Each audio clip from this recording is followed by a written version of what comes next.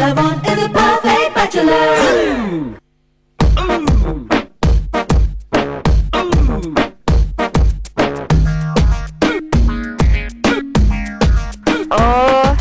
भूषण, मला सांग, तुझं पहिलं क्रश कोण होतं? स्कूलमध्ये, माझ्या स्कूलमध्ये एक मुलगी होती, नुपूर राजपूत म्हणून. ओके. आयुष्यात पहिल्यांदा पण मी रिजेक्टच झालो, नो डाऊट, बट ती माझी पहिली क्रश होती. कितवीत होतास तू? 7th standard. ओके. मला सांग, तुझं सगळ्यात पहिलं भांडण कोणाशी झालं होतं आणि जे खूप जोरात झालं होतं, कोणाशी तू पहिल्यांदा खूप जोरात भांडला होतास? सर्वात पहिलं भांडण आई बरोबरच झालं. ओके. कारण तेव्हा जेव्हा समजायला लागलं तेव्हापासून पहिलं जास्त आपण त्यांच्याच सहवासात असतो, त्यामुळे बाहेरच्यांपेक्षा लक्षात तेच आहे. कारण आणि ते खूप वेळा झालंय. कारण भांडण नाही म्हणता येणार, तर मी बॅक आन्सरची जी माझी वाईट सवय होती, उलट उत्तरं द्यायची होती लहानपणी होती. म्हणजे आताही कधी कधी मी शॉर्ट टेम्पर्ड होतो, नाही असं नाही, पण तेवढ्यात लवकर मी शांतही होतो, कारण मी तेवढ्या आता समज आलेली आहे म्हणून. तर लहानपणी काय व्हायचं, बेबी सिटिंग करायची आई, त्यामुळे व्हायचं काय, आणि घरात आई दिवसभर त्यांच्यामुळे असायची. पण शेवटी ती लहान मुलं आहेत, किती स्वीट असली तरी त्यांचा त्रास हा फक्त त्याला सांभाळणाऱ्याला कळतो की किती त्रास होतो. त्यामुळे ती चिडचिडे जो पण आहे तो आता ते असल्यामुळे आई त्यांच्यावर तो राग नाही काढू शकत. तर होणार काय, आणि घरात दुसरा मस्तीखोर राहिला कोण? मी येऊन ते सोडून तेच एक चांगलं काम करायचो, मी त्यांना खेळवायचं, पण अभ्यास कोण करणार? मग त्याच्यावरनं फटके पडायचे की त्यांचं खेळायचं तू सोड, त्यांचं मी बघेन तू. आणि मग ते जरा वाढत जायचं आणि मग मला रागायचं की मी एक तर मदत करतोय आईला, अभ्यासाचं काय एवढं घेऊन बसते. कारण ती गोष्ट मला आवडायची नाही ना पर्सनली. अभ्यास कशाला, मी मदत करतोय ना तुला, 10 मिनिट वर करतो. मग त्यावेळेला ते पण सर्वात पहिलं जर विचारशील तर ते. ओके. मग तू तेव्हा मार खाल्ला होतास? खूप मी मार खाण्याशिवाय जास्त काय खायचोच नाही. ओके. आणि कोणी मार खाल्लाय का लहानपणी? अरे बापरे, खूप खाल्लाय. खूप प्रचंड. आईकडून? भावाकडून मोस्टली. भावाकडून? म्हणजे भांडण करून मार खाल्लाय का काय? रोज होमवर्क घ्यायचा भाऊ, मोठा भाऊ. अच्छा. ओके. हा, म्हणजे शाळेत जे काही शिकवलं तुम्हाला ते, तर तो रोज घ्यायचा. आम्ही 5 भाऊ, मी 4 नंबरचा. ओके. तर मोठा भाऊ, मग आम्ही असं बसायचं, तर होमवर्क काढा, तर मी उगीच म्हणतो आई पाठ दुखते, पोट दुखते, असं काहीतरी कारण काढायचं. कारण अभ्यास नाही करतो, तर सगळं चित्त तिकडे राहत होतं बाहेर. मित्र खेळताय, मी आतमध्ये घरी काय करतोय ना, मला काय या संकटात ठेवलं, मला असं वाटायचं. तर मग कसं तरी काय करा, कॉपी करा, तिथेच काहीतरी दुसऱ्या गाईड मधून लिहा. दादा काय करायचा आमचा ना, छान फटके तर मारायचाच, उलटा बांधायचा. आम्ही छोटं उलटा बांधायचा आणि आईन बाबांना म्हणायचं तुम्ही बोलणार नाही, त्याच्या भविष्याचा प्रश्न आहे. म्हणजे त्यावेळेस हार्डली 3री 4थीत असेल आम्ही काहीच कळत नव्हतं. फेल तर फेल, शाळेत तर जातो आहे ना मी, हे महत्वाचं. आणि तू पण मार खाल्लाय? पण भरपूर मार खाल्लाय. म्हणजे रोज रोज मार खाल्लाय. बाबांकडून. बाबांना खूप घाबरायचो, आईला नाही घाबरायचं जास्त. आईशी जास्त अटॅच होतो. मला एक माझा किस्सा आठवतो. बाबांचा खूप मार खाल्ला होता त्यावेळी. बाबा सकाळी 8ला जायचे कामावर आणि तो पण मी अभ्यास करत बसायचो निघेपर्यंत. ते एकदा घरावर पडले की बाहेर खेळायला डायरेक्ट. आणि घराच्या बाहेर पडले ते गेले आणि मी पण बॅग वगैरे आटपली आणि गेलो बाहेर. आणि तेव्हा पावसाळा होता आणि घरासमोर पाणी वगैरे साचलं होतं. तर मी आणि माझा मित्र बाहेर आलो, त्यामुळे धबक्यात खेळायला लागलो, पाणी वगैरे त्याला रस्ता करायला लागलो. तितक्यात बाबा परत आले, काहीतरी राहिलं म्हणून. ओके. ते आले आणि मी एकदम घाबरलो आणि त्याच्या मागे मागे हळूहळू गपचूप येऊन बसलो घरात. आणि हीच कामं करायची आहेत का आयुष्यभर? गटार साफ करण्याची कामं करणार आहात का? म्हणजे मी रोज गेल्यावर तुमचे हे धंदे चालतात का? अभ्यास करत नाही, काय नाही, आणि जे त्यांनी धुतला नाही विसरू शकत. अच्छा, माय गॉड. मला वाटतं तू खूप स्ट्रगलिंग लाईफ तुझं आतापर्यंत झालेलं आहे. तर मला सांग, तुझी पहिली सॅलरी कुठली होती, कधी होती, आणि तू त्या पहिल्या कमाईचं काय केलंस? कारण डान्स मला खूप आवडत होतं, फॅशन होतं. घरी तेवढे साधन नव्हते आमच्याकडे. एक रेडिओ होतं फक्त, त्यावर गाणे ऐकायचे. आणि मला डान्सचं खूप क्रेज असल्यामुळे तर माहीत झालं कुठेतरी डान्स कॉम्पिटिशन आहे. तर मला असं वाटलं की आता आपण पार्टिसिपेट करायचं. तर एक रेस्टॉरंट होतं, ते 10 रुपये रोज द्यायचे ॲज अ वेटर. गेलो तिथे, म्हटलं मला काम करायचं आहे. तू याच्या आधी केलं का? म्हटलं नाही. मग काय करशील म्हणे? म्हटलं काहीतरी द्या ज्याच्यात तुम्हाला पैसे मिळेल. अरे असं थोडी असते म्हणे, अनुभव पाहिजे आम्हाला. म्हटलं काही सांगा. मी म्हटलं टेबल वगैरे क्लीन करेल वगैरे सांग. तू म्हणे राहतो कुठे? म्हटलं जाऊ द्या ना, कशाला. तर म्हणे मला असं वाटत नाही, तू बा खूप गरीब फॅमिलीतला मुलगा वगैरे. म्हटलं असं काही नाही आहे, पण म्हटलं मला अनुभव घ्यायचा म्हटलं गोष्टीचा.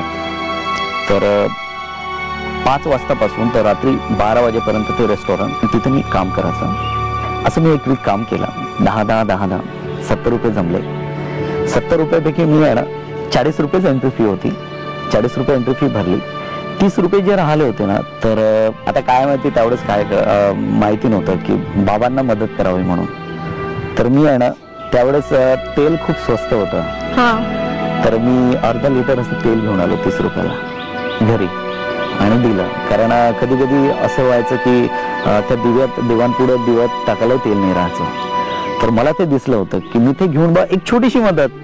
आई हेच म्हणायची की आपण जे काम करतो त्याच्याबद्दल शरम नाही वाटू द्यायची, आयुष्यात तरी करत राहा. तुम्हाला वाटतं की women and main should be equal? मला खरंच असं वाटतं की इक्वली रिस्पेक्ट असला पाहिजे आणि जेवढं ती तुमच्यावर प्रेम करते तुम्ही तिच्यावर प्रेम करत असं जर तुम्ही क्लेम करत असणार तर तुम्हाला तिच्या डिसिजनला रिस्पेक्ट केलं पाहिजे.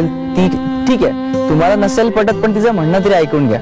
आजही मला असं वाटतं की आपली जी सोसायटी आहे ही मॅन डॉमिनेटिंग आजही आहे.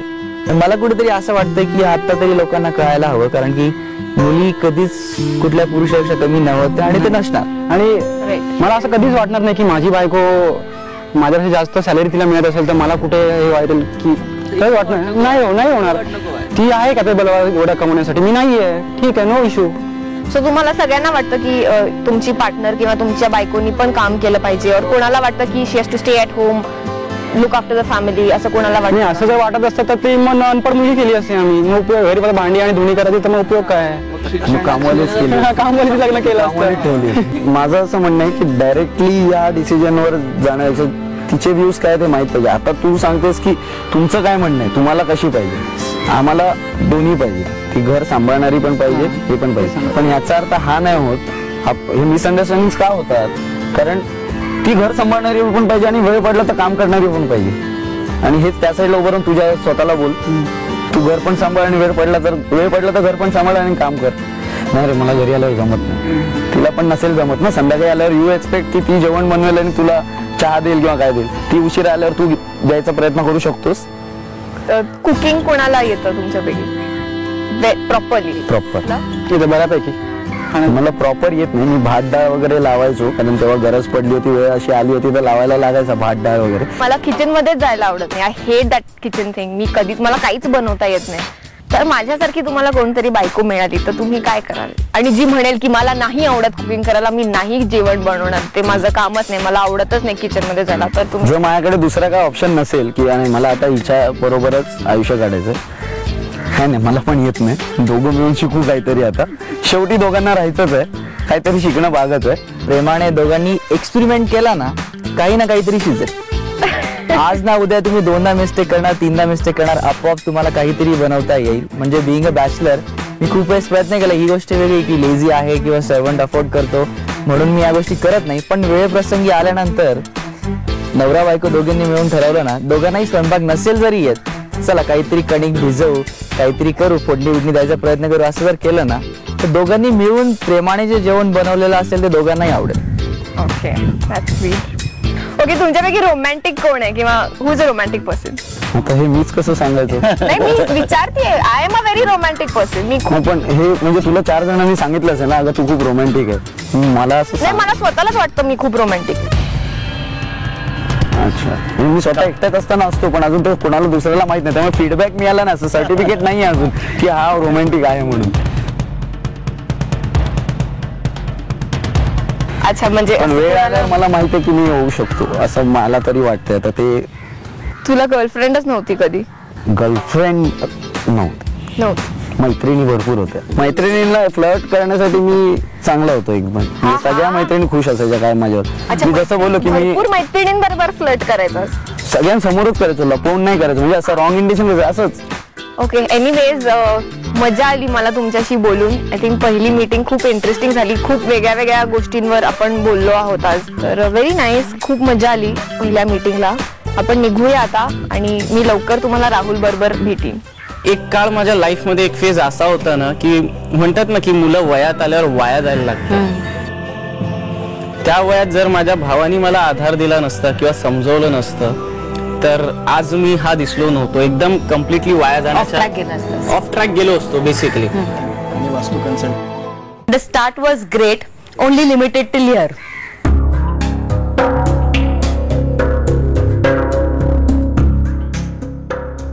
All I want is a perfect bachelor. धुरंधरांची गावंढळ सून मिसिंग. कोणीच कसं बोलत नाहीये.